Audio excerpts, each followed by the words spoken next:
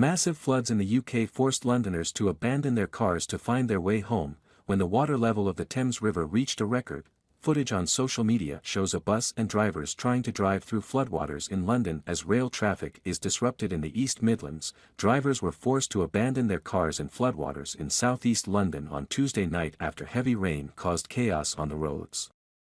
Footage posted on social media shows a bus driving through floodwaters that then begin to flood the vehicle. Several vehicles were abandoned in Abbey Wood as a result of this incident.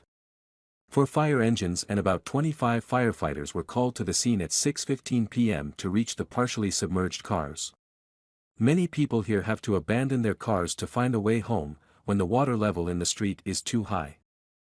A London Fire Brigade spokesman said no motorists were trapped inside the stranded vehicles. The cause of the flooding was not immediately clear but occurred after heavy rains in the area. Road closures remained in place on Tuesday evening and drivers were advised to avoid the area.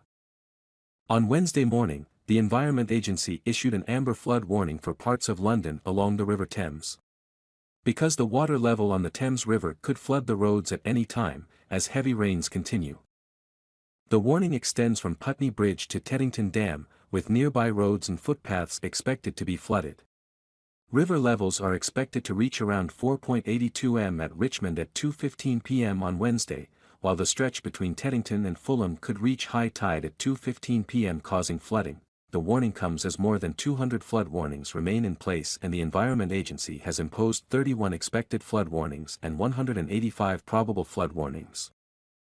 Flooding has disrupted rail traffic in the East Midlands after water pumps at Draycott in Derbyshire were overloaded. Network Rail said its pumps were still running but water flowing from fields had flooded the tracks and National Rail warned disruption could last until the end of the day, affecting railways. Cross-country and East Midlands railway services.